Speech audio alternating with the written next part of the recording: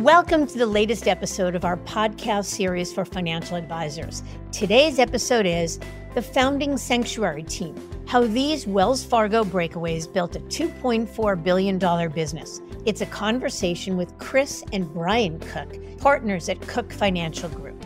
I'm Mindy Diamond, and this is Mindy Diamond on Independence. This podcast is designed for advisors like you who are interested in learning more about the evolving wealth management industry through candid dialogue with breakaway advisors, those from the C-suite, and industry thought leaders. It's available on our website, diamond-consultants.com, as well as Apple Podcasts and other major podcast platforms. So be sure to subscribe and share it with your colleagues.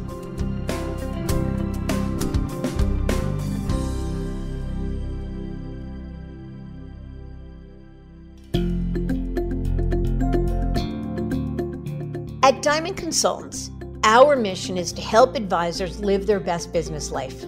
We want every elite advisor to find exactly the right place for their business and their clients to thrive, whether it's at a wirehouse, a regional, boutique, or independent firm. As the industry's leading recruiters and consultants, we've transitioned more than $250 billion in assets under management in the past decade.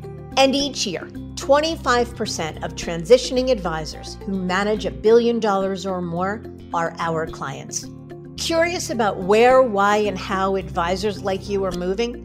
Download the latest Advisor Transition Report to learn more, including intel on recruiting deals and our insight and analysis on the latest trends in the wealth management space. You'll find it at diamond-consultants.com/transition report.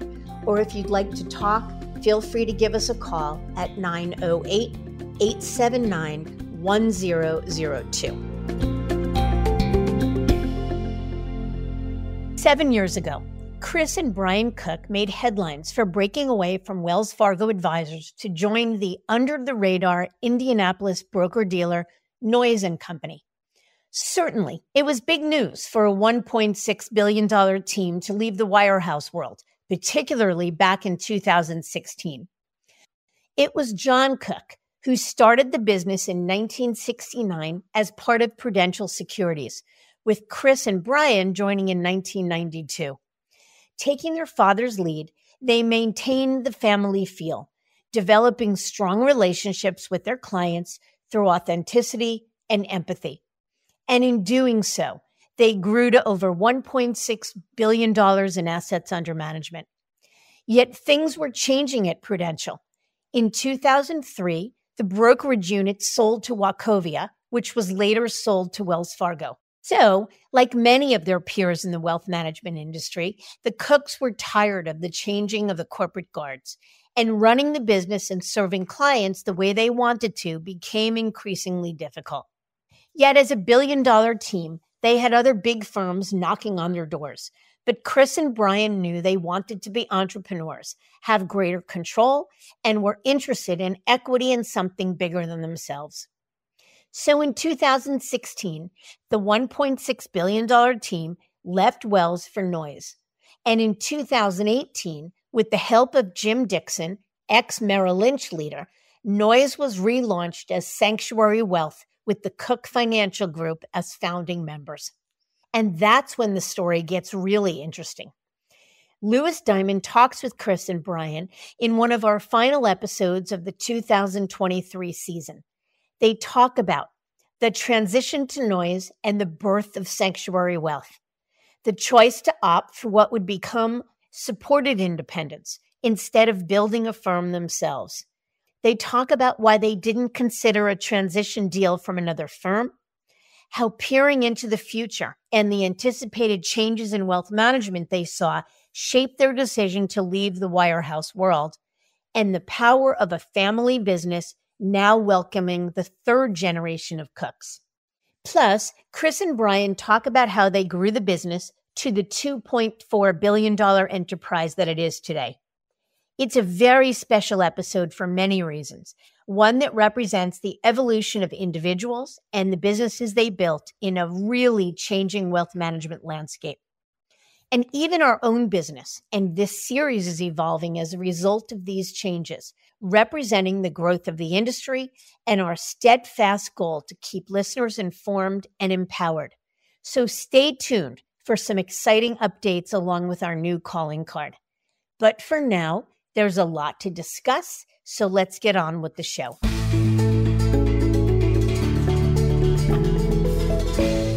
Brian and Chris, thank you very much for spending time with us today.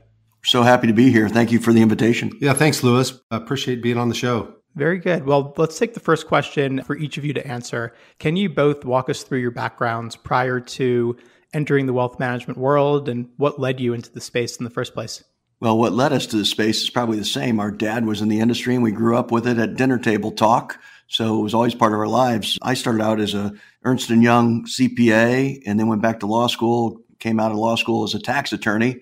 And somewhere along the way, Dad persuaded me that there was a lot of opportunity for my background in this industry. And I joined him coming out of law school.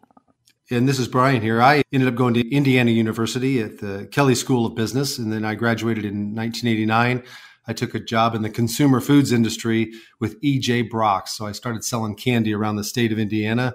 And then I took a competitor job with M&M Mars and sold candy for a few years after that and had a promotion where I was headed up to Detroit.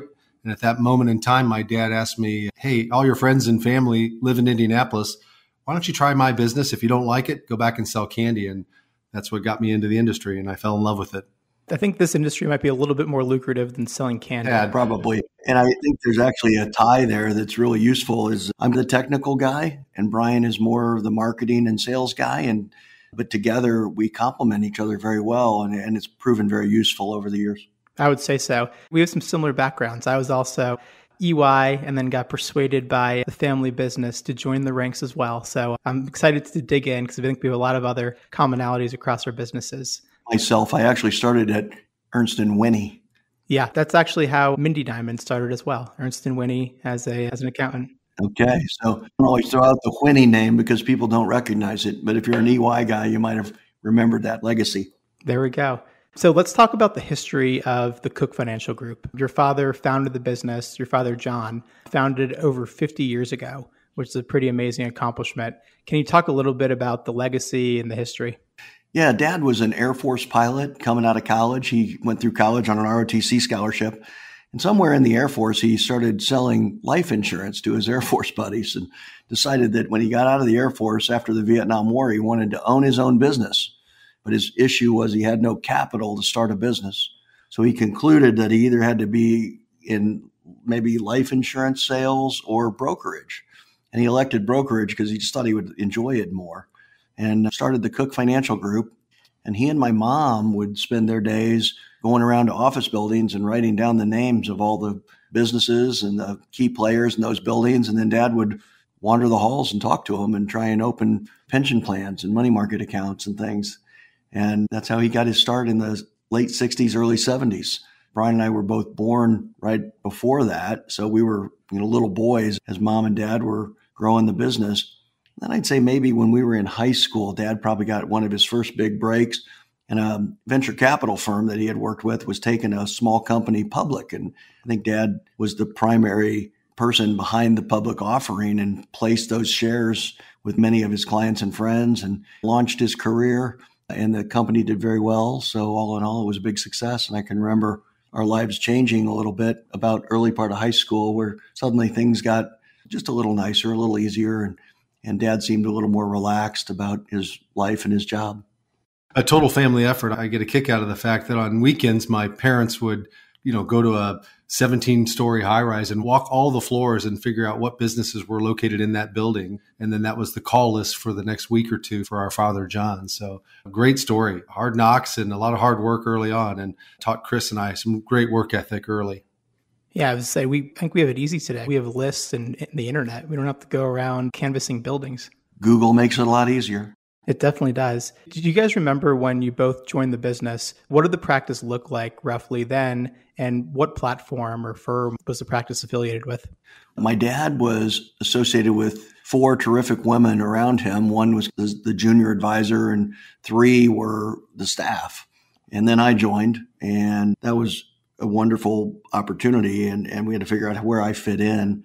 And then I started creating some of my own clients to build upon that. Then Brian joined shortly thereafter, and we added another staff person. So we were always a team, and the team was a good balance of advisors and staff, but the team was always focused on customer service. I can't remember a time when we didn't have a mission to answer every phone call on the third ring or less. Yeah, matter of fact, my dad had a plaque in his office that was very prominent. It was the only thing on the wall that said, rule number 1, the customer's always right. And rule number 2 is see rule number 1. I love that. And it was more of a financial planning operation. Early on, our father realized he didn't enjoy trading stocks, so he aligned himself with some great money management firms really on the East Coast and let them run the portfolios. And he decided to start charging an advisory fee. So real early on, I think he became the pioneer of what we know as managed money today. And let's fast forward. So today, as we're recording this episode, can you talk a little bit about what the practice looks like in terms of size, how the practice spends its time, and any other metrics you want to share, just to give our listeners a little bit more of a perspective? Sure. Our hallmark, I suppose, has been that we obtain a new client, but we keep them a really long time. So we have many second, third, and even fourth generation families that we serve. And we just keep the assets on the books, and we grow the assets with good investments. And over time, we've grown the business to over $2 billion of client assets, about 2.4. And those assets are largely managed on the high net worth and ultra high net worth families in separately managed accounts, a hallmark back to our dad's early days. And of course, today, in an era where you're trying to do tax planning and some direct investing and things, the separately managed accounts are a really good platform for that. And the costs of that have come down remarkably. So it's a broad, holistic financial planning practice using a lot of separately managed accounts as the implementation device, but now also a larger number every year of ETFs and alternative investments. And largely when we went independent, it was for more access to alternatives. And I'll add to that, Lewis. We're a team of 16. We have 7 fully licensed financial advisors that we would call the rest of our team, our support staff. We're fortunate. 2 of Chris's children have joined us. So my niece and my nephew, both John Cooke and Claire Cooke, have joined us. So now we have our first third generations that have joined the practice. So we're building in that millennial layer of advisors now. And it's working out really well. We're very fortunate. That is an amazing story. There's very few businesses in this industry that make it to the third generation. Usually there's 2, if you're lucky, and maybe it sells or there's an exit of some sort. So having 3 and having that continuity is an amazing gift. I'm sure your father is very pleased about what you guys have accomplished together. I think he's super excited about it. I'm sure he walks around with his chest out a little bit more today. He's very proud of his boys and now his grandkids that are involved. It even goes beyond that. My son, David's a senior at IU, and he was our intern this past summer, seemed to be very engaged and enjoyed the business. And my daughter, Anna's a graphic designer. She graduated from Auburn, and she helped create our bowl logo. And so she's actually involved in a different way on the creative side and helped us with some of our social media. So it's been quite the family effort. So far, it's still an experiment with the third generation, but we're really pleased with where it's headed. That's very cool. Can you talk a little bit about the breakdown of the business? I know on your website and just understanding the business a little bit, there's some institutional business. And then you mentioned most of it is on the high net worth and ultra high net worth side. Can you talk a little bit about that and how the institutional side complements the private client business?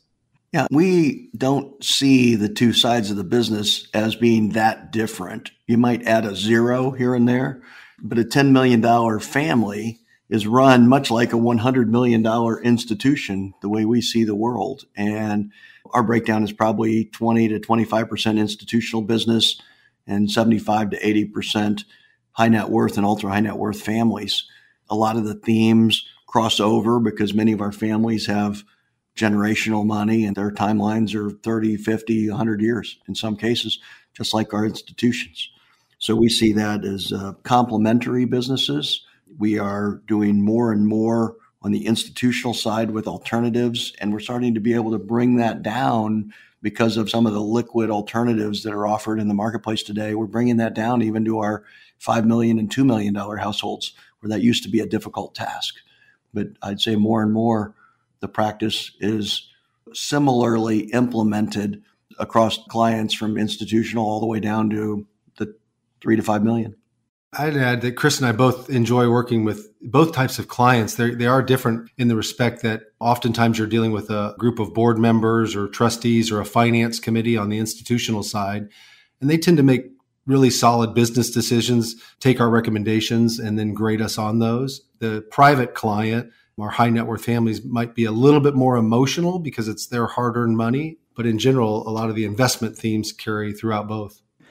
I know there's a number of businesses in this industry who look at the institutional side as a loss leader or a way to feed the high net worth side. So in other words, working with the either plan participants or the board members in order to convert them into fee-paying private clients. Is that the way you think about it as well? Or are those two businesses pretty different aside from providing similar services?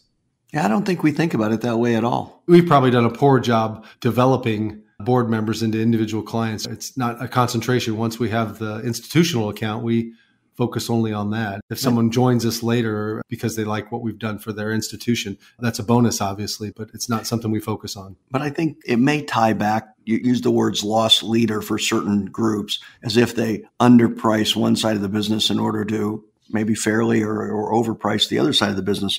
I don't think we do that. In fact, back in our days at Wells Fargo, when we were still affiliated with the wirehouse, probably a very consistent theme from the management group was that we underpriced everything.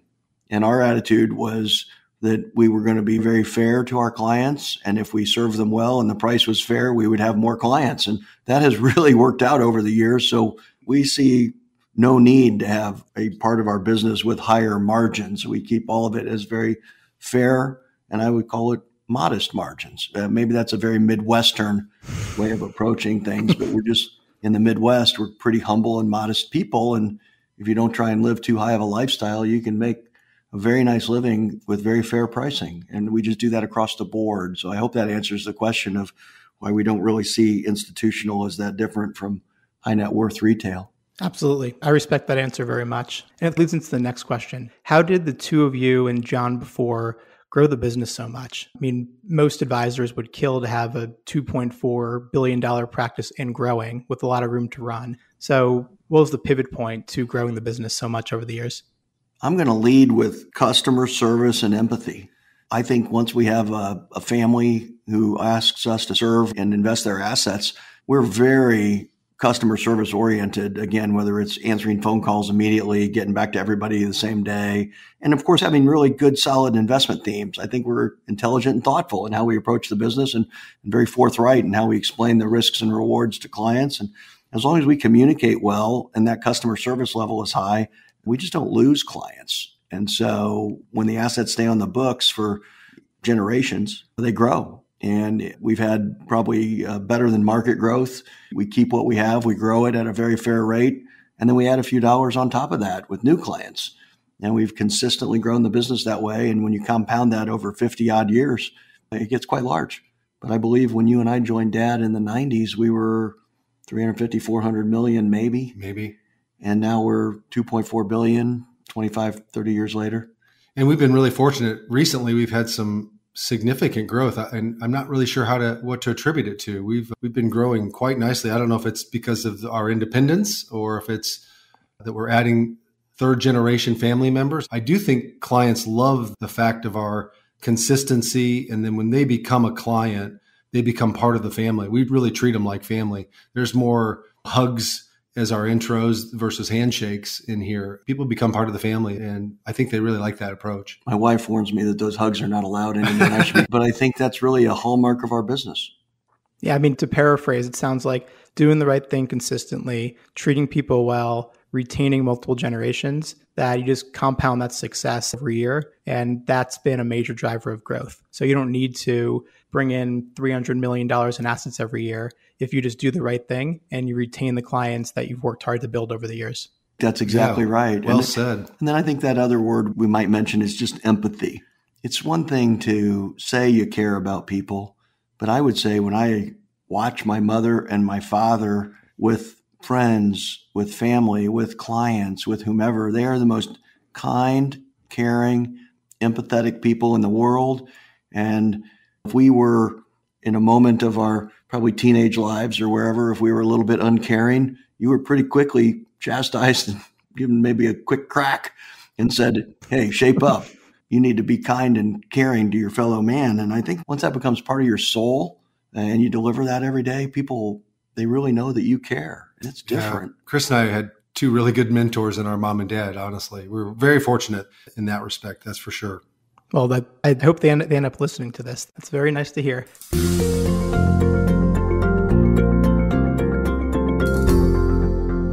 Let's talk a little bit about the transition from G1 and John to the two of you now leading the firm. It sounds like John left some pretty big shoes to fill and really was an amazing role model and helped build the foundation for what today is Cooke Financial Group. How did you reconcile that change of control? I think a couple of things are true. Number one, I came in with some different skills. So Dad was very easy to say, Chris, this is your area of expertise. Why don't you step in and help these clients? So it became very natural. I didn't have to be him. I had to be me. And then Brian, you came in and you were maybe a little concerned about your technical skills, but you had Dad and I there to help you. And I think there was a good team effort. And then I would even say some clients along the way would say, gosh, I always wanted to work with your dad, but I was worried that he was getting a little older and he might retire. I'm so glad that you kids are there. And now I want to be part of this. And I'm experiencing that today, I think, with my children in the business. Is there's a group of clients that say, I'm happy to work with Chris or Brian, but you boys are in your upper 50s. You might be gone in 10 years. And who am I going to deal with? And I think they're thrilled to see Tammy Williams and Claire Cooke and John Cooke being in the fold. This strong, smart, kind next generation. And if we can keep that going, I think it's a huge advantage. But don't ever try to fill the shoes of an all-star. Be yourself and bring something that you can do well to the table. I would agree with all that. I was more of a relationship guy. I had somewhat of a minor in psychology and, of course, a business background. I was a little nervous about filling some big shoes when I first started in the industry. Went through the Prudential Securities training program and had to do cold calling and cut my teeth for a year and a half. And it was a little intimidating. And then when I officially joined the practice, the Cooke Financial Group, and then John started giving me small accounts to help manage, the transition was great. And Chris describes this really well. We'd have a meeting where it'd be John, Brian, and the client, and I would sit there and take good notes and maybe add a little color. And then the next quarter, we'd have another meeting, and I might run the intro and the recommendations part of the meeting, and John would run the meat of the presentation. And then the third meeting, John might just come in and say hello and we make up an excuse to sneak out of the meeting, and I would run the whole meeting. And then the fourth meeting, the client didn't even ask where John was. So we had a year or two of meetings like that. So transitioning it from John to Chris was a nice natural progression. And I think clients really appreciated it. And I think that's our goal as we would transition some of our business to, Chris mentioned Tammy Williams and, of course, Claire and John Cooke. So clients really appreciated that. And maybe more young people over the years to come. We can get into that differently, but I think this next 10-year period is an amazingly opportunistic and changing period for our industry. And having a strong bench of young people is going to be a huge differentiator. Can you elaborate on that a little bit? Why do you think that is? Sure. I was fortunate enough recently at a Forbes Shook conference to give one of my best ideas. And my best idea was that when this 55 trillion goes from baby boomers down to millennials, those millennials are going to grade advisors differently. And the reason I think this 55 trillion is going to move soon is there's so many advisors that are older than us. I mean, Brian and I are in our upper 50s. We're average in this industry. So half the industry is older than us. And those accounts, those guys and girls are going to retire, and those accounts are going to be on the move. And when those millennials see that money, they're going to Google who's out there in the world, and are they presenting themselves well? Do they have a presence that says they're smart, that they're kind, that they're available? And I think involved in the community. And I think we're working really hard to make sure that our young people have that presence, and that as accounts are in motion in this huge transfer of wealth, I think they're going to find the Cooke Financial Group, and they're going to find our talented young advisors. And I think that firms that do this well for the next 10 years are going to triple or quadruple, maybe quintuple in size. And firms that don't do this well are going to shrink. Firms that don't do succession planning well are going to struggle for the next 10 years. And I think there's not enough firms preparing for this. They say they are, but then when you really dig in and ask what they're doing, they're not doing very much. So this 10-year period will be a massive shift in who holds the wealth and a massive shift in which advisory firms win those new clients. And I think we're trying our best to be on the leading edge of that with really smart, talented, younger advisors ready to go. And I think if 100 new accounts were going to come your way and you had no capacity, it's too late. You can't build 2 or 3 new advisors quickly. But if you have 2 or 3 advisors, young, strong, talented people that you're ready to go, and 100 new accounts come your way, you can take all 100. So I think firms that are prepared are going to win big, and firms that are unprepared are going to realize that the industry just passed them by. Maybe that's exaggerated, but I think it's true. I'll tie into that too, Louis. We think having a social marketing presence is very important. As a matter of fact, we've hired a specific role, director of marketing for the Cooke Financial Group.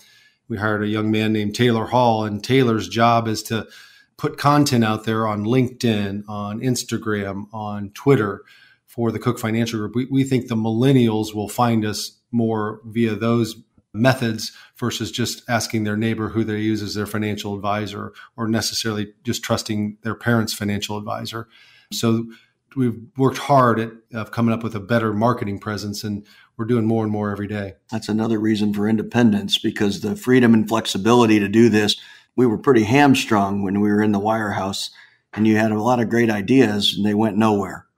And now when we have a great idea, we're pretty free to explore it, test it. And when it works, we share it with our peers in our Sanctuary Wealth Network. So it's the independence has really been interesting and helpful. And not that the big wirehouses won't all figure this out. They're smart. They will figure it out too. But I think the independent channel certainly has a lead in this very important marketing race for the next 10 years. Yeah, I love really all of what you said. The first thing that I'll comment on is, I think it was Chris, you said, it doesn't make sense to try to fill someone's shoes. You have to, basically paraphrasing, run your own race and do it your own way and add to the company in your own unique ability. I love that. I completely agree. And then I would also add to what you were saying about the transfer of wealth and millennial or younger advisors. I think the other part is folks probably prefer to work with people that look like them and that are in a similar age demographic. So aside from checking people out, seeing how involved they are in the community, checking out their credentials, et cetera, they also probably have a preference for working with people that are their peers. So I'm with you all the way about building the bench, investing now so you can be prepared to take on a much larger share of the market later. So thank you for sharing that. But I think on that topic, I probably missed one thing, which is women. Not only is there millennials generally, but I think women in charge of the family finances is a second theme within that millennial group.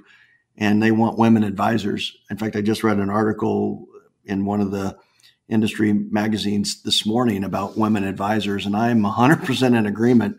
And I think right now we have half of our team is women advisors. And I think it's really important that we keep going with that. No doubt. I'm with you. So let's talk about you two leading the Cooke Financial Group together. I have a special place for that because I also have the privilege of working with my younger brother. So what's it like working together as brothers, and how are you sharing managerial responsibilities and working together effectively? Well, he just does everything I say, and that makes it really easy. I don't know how I do it, really, Louis. I don't know how I do it every day.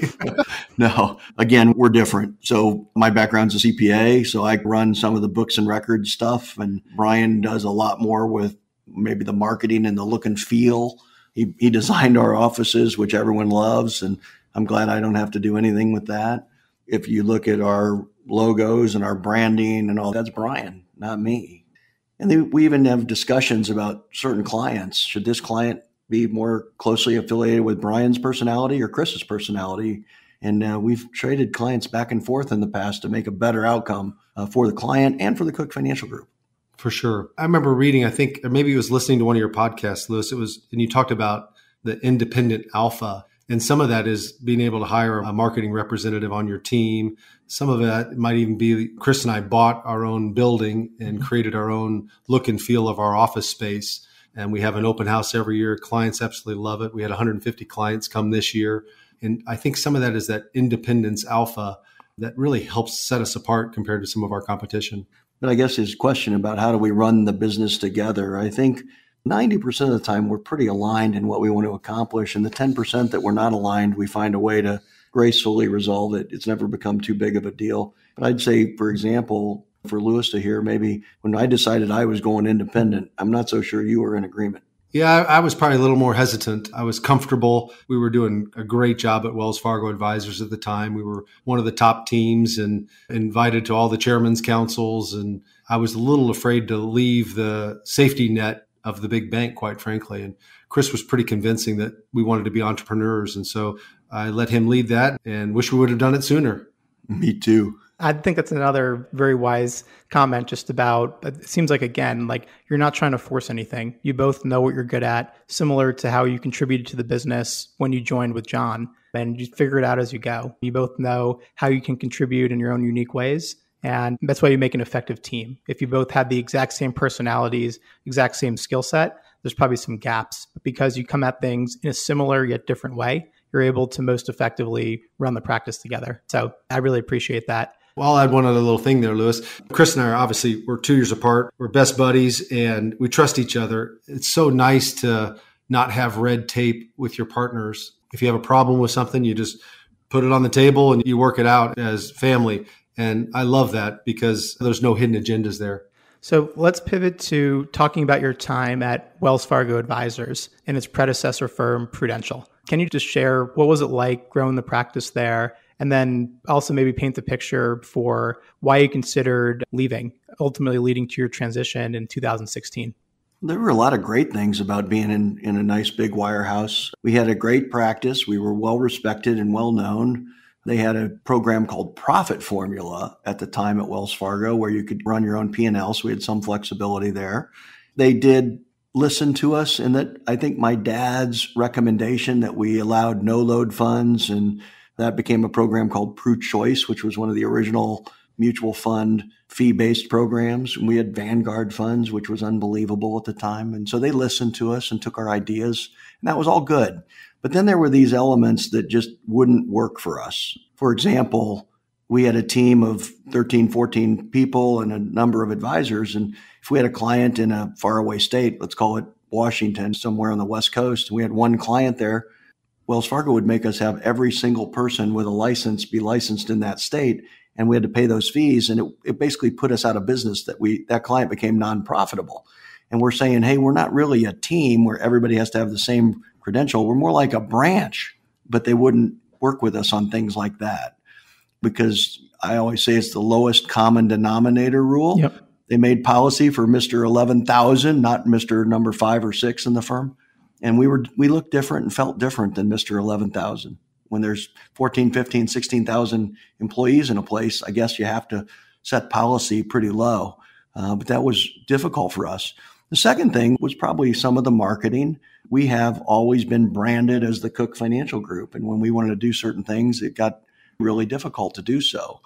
And then finally, I would say there were some elements of compliance, and everyone probably gripes about compliance, but I just give a simple example. Big firms have to have pretty hard and fast rules. And if the rule was you couldn't make a mark on a pre-printed report, then that was the rule. If I circled a number on a financial plan that was the client's outside farm income for $3 million, and I said to the client, is this number still correct? Then someone said I couldn't mail that report out because I'd written on the report. And I said, look, I'm an attorney. I understand risk controls. This is helpful to circle this number and say, Mr. Client, is this number correct? And when the firm was so rigid that they couldn't understand that anymore, I thought this place has become too large to be operable, and we need to have a little more flexibility. And you know what? I think that comment is still true today. The firms have to figure out how to operate, and they're so big, and they just can't trust every person in every branch. And so it's onerous. And if you get a little more flexibility and a little more thoughtful, then I think you can do some really great things.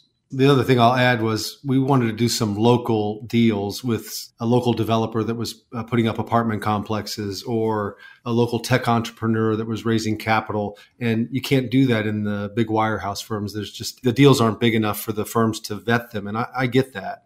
But we wanted to participate. Chris and I were personally participating in some of the deals, but we liked the deals so much we wanted to share that with our clients. And so independence allows us to vet that in a different way. And if we like the deal, we can share it with clients. Now we can do it on the other side. And let's talk about mindset a little bit. You indicated earlier that, Chris, you were more gung-ho about independence, probably saw the opportunity clearer or maybe sooner than Brian did. And we all know that a transition is a major business and life decision. So I'm curious just to hear about your mindset and thinking. So how do you anticipated such a big move, and what were you thinking about the impact on the business? Maybe you can both just share your perspective on this, probably at the time, crazy idea of breaking off from a major firm like Wells and going independent. We've kind of addressed a lot of them in this discussion. It was the chance to do more alternatives, the chance to have just freedom and flexibility, the chance to own our own building, and the chance to own our own practice. If you just think about the equity in this business, if I sell myself and I go from Wells Fargo to Merrill Lynch, now Merrill Lynch owns me. I still don't own the business. And if we want to be the Cooke Financial Group and own the business, we had to go independent. And I really believed in that idea of equity and a long-term financial asset for my clients, my children, my family, and a better ability to serve my clients. So, and those were all kind of the main reasons.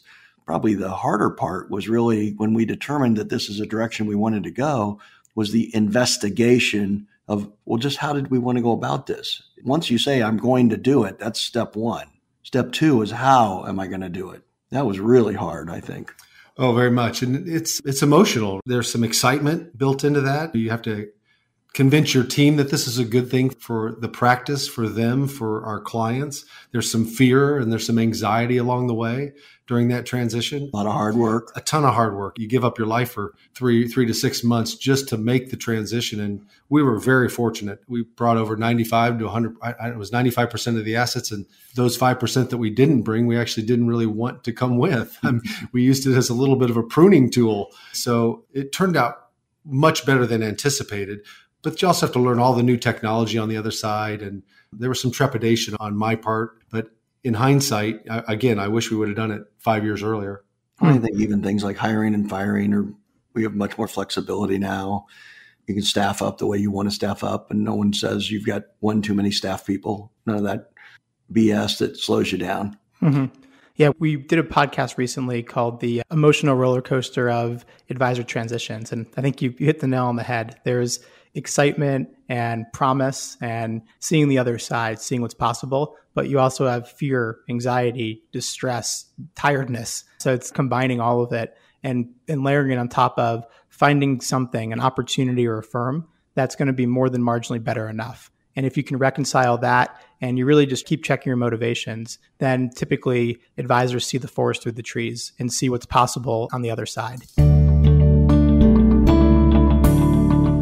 So let's talk about the actual transition. So in 2016, you moved from Wells Fargo Advisors to Noyes & Company. For a business of your size and with your impeccable reputations and all of your industry rankings, I have to admit, when I saw news of this break, I was a little bit surprised. I personally had never heard of Noyes. Obviously, you had the option to go to Finet. So can you just talk a little bit about why you decided to go independent with them versus anyone else in the marketplace at the time? Absolutely. And in fact, there's a really good reason for it. I'm going to back up one step and say, when we were in this investigation phase, we looked at Hightower, Focus, Dynasty. We looked at even a UBS and a Merrill just to confirm we didn't want to go to a different wirehouse. And everybody had a great opportunity and a great business model, but there was always one, maybe two things that I would find in particular and say, I don't like this element of the model. And in particular, we wanted to be the owners of the Cooke Financial Group. We didn't want the Cooke Financial Group to be commingled with other groups, if you will. So like you go to a Hightower model, they got some great independent opportunities, but you really become part of Hightower. Cooke is still subject to what the other partner firms do. You could go to a Dynasty model, and they were awesome at helping you get launched. but I wasn't certain that they provided the level of support later that I was hopeful we would have, because we wanted to own the business, but we didn't necessarily want to become a compliance expert or a marketing expert or whatever. We wanted some help on those things. And then we always believed in this idea of a little co-op. We concluded that the Cooke Financial Group, as successful as we had been, was still tiny in the scope of our industry. And maybe we could combine with 10, 15 more Cooke Financial Groups and have a little co-op, and we could share accounting and compliance and have a little scale to do better bargaining with the custodians and things. And that vision took root. And then we said, how do we execute this vision? Well, Noise is a little broker-dealer here in Indianapolis that I would consider was nice, but kind of a B. They weren't the A player. And I think your question of why would the Cookes do this is exactly right. A lot of people asked it. But Noise cleared through First Clearing, which is Wells Fargo's clearing company. Noise had an 80-year-old owner that was fading, and Brian and I had no interest in joining Noise. We took over Noise and we used the platform of a broker-dealer and an RIA. It was easier to buy into or merge into a platform that existed than to build that platform ourselves. And because that platform of Noise cleared through First Clearing, Wells Fargo had to be really careful with us because we were a Wells Fargo employee and we left to become a Wells Fargo customer.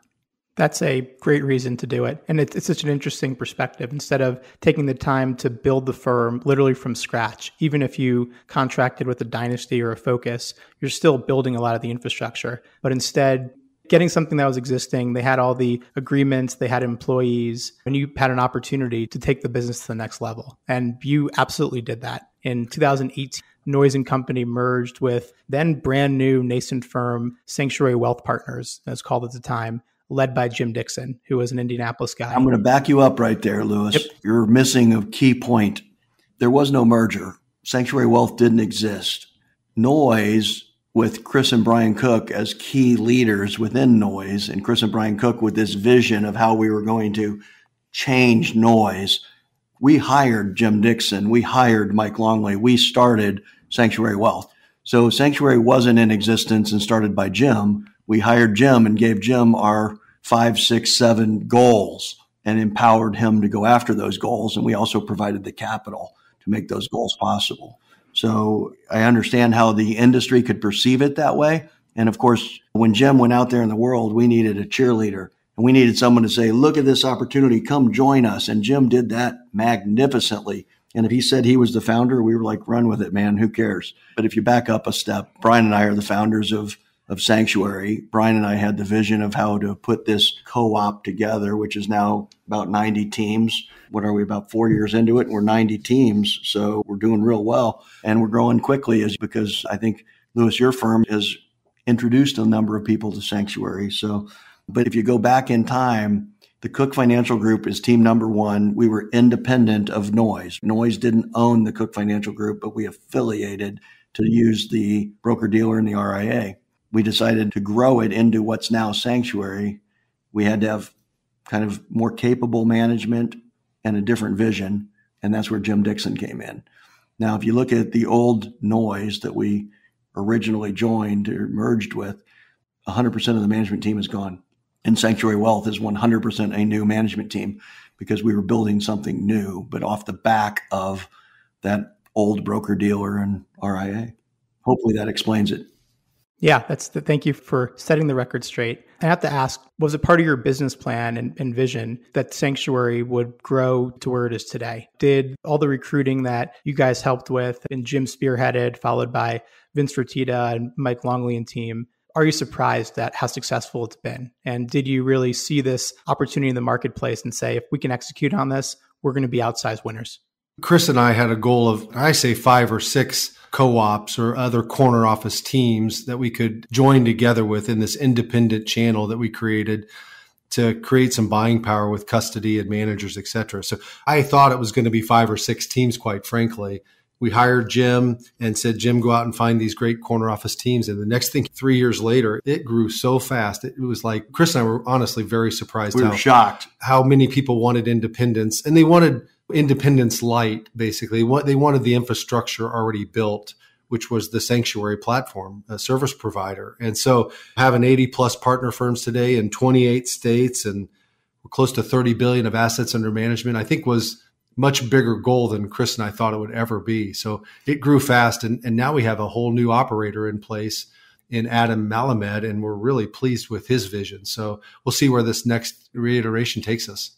I think the mistake that we made was our own fear, our own trepidation about going independent led us to conclude that there was only 5 or 10 more teams like us. And then when you start to talk about it and people are curious, people start saying, well, why did you do this? Well, I want to do that. Somewhere in there, we realized that no, it's not 5 or 10 teams that want this. It's a couple thousand teams that want this. They're just not sure how to go about it.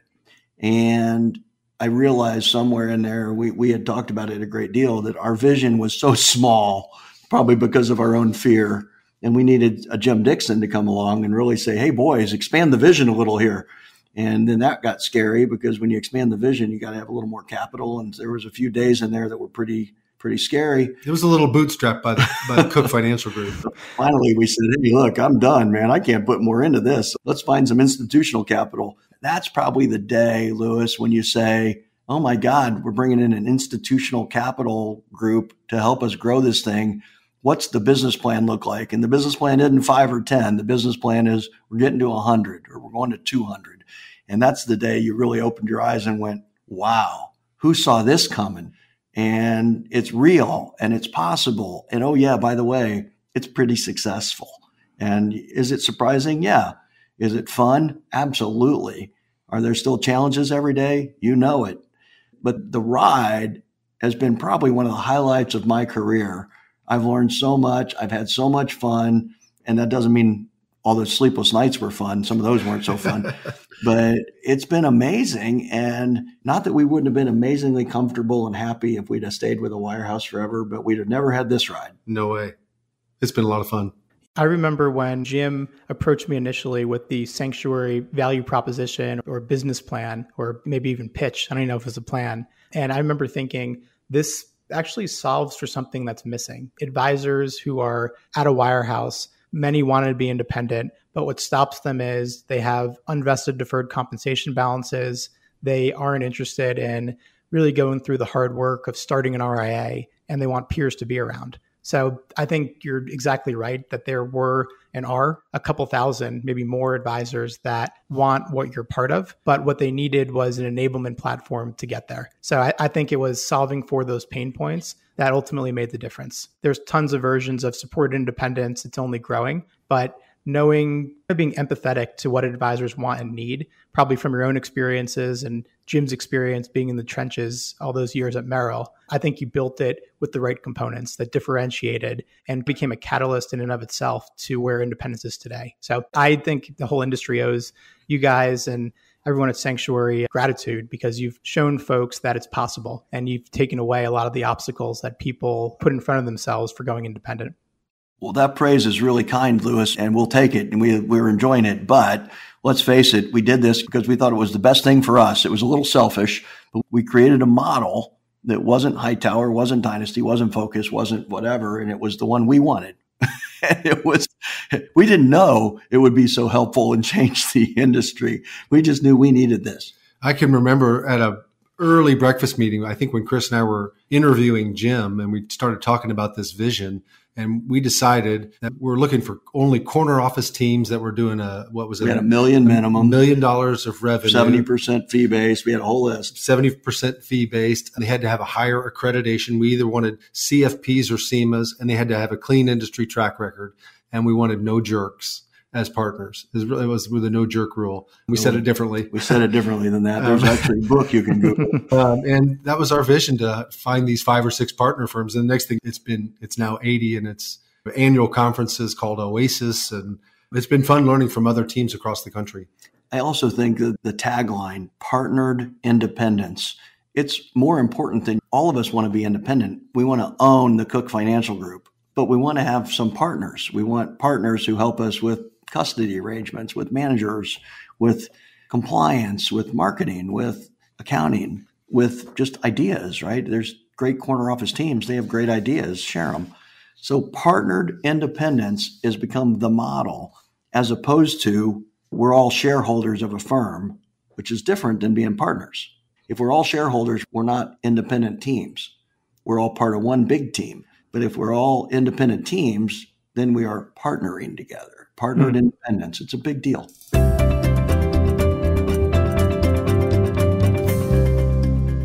Let's hit two more questions before we let you guys go. What do you wish you had known before making this transition? And maybe let's wrap it into the last question as well. Just any advice for those thinking about change?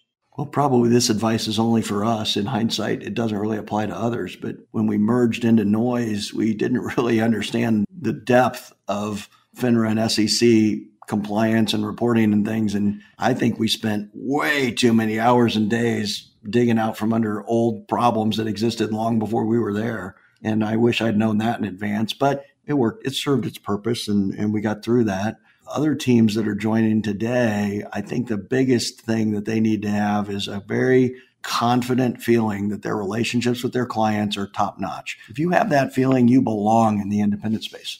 If you're not so confident that your relationships with clients are really tight and really sharp, then maybe you don't want to make the move.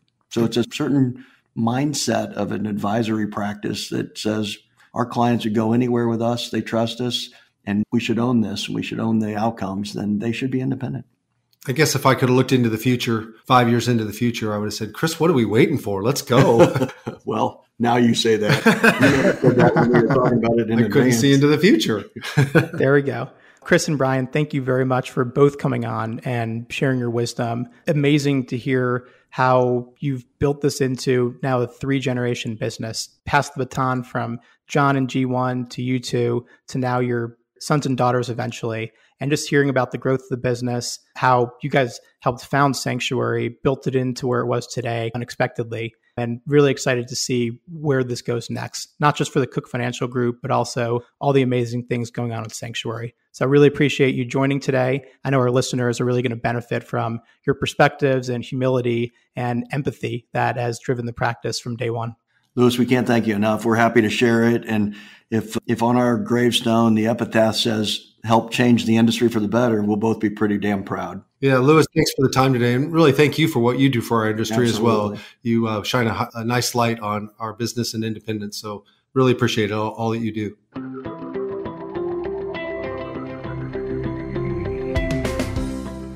Curious about where, why, and how advisors like you are moving? Download the latest Advisor Transition Report to learn more, including intel on recruiting deals and our insight and analysis on the latest trends in the wealth management space. You'll find it at diamond-consultants.com/transition report. Or if you'd like to talk, feel free to give us a call at 908-879-1002. This is Mindy Diamond on Independence.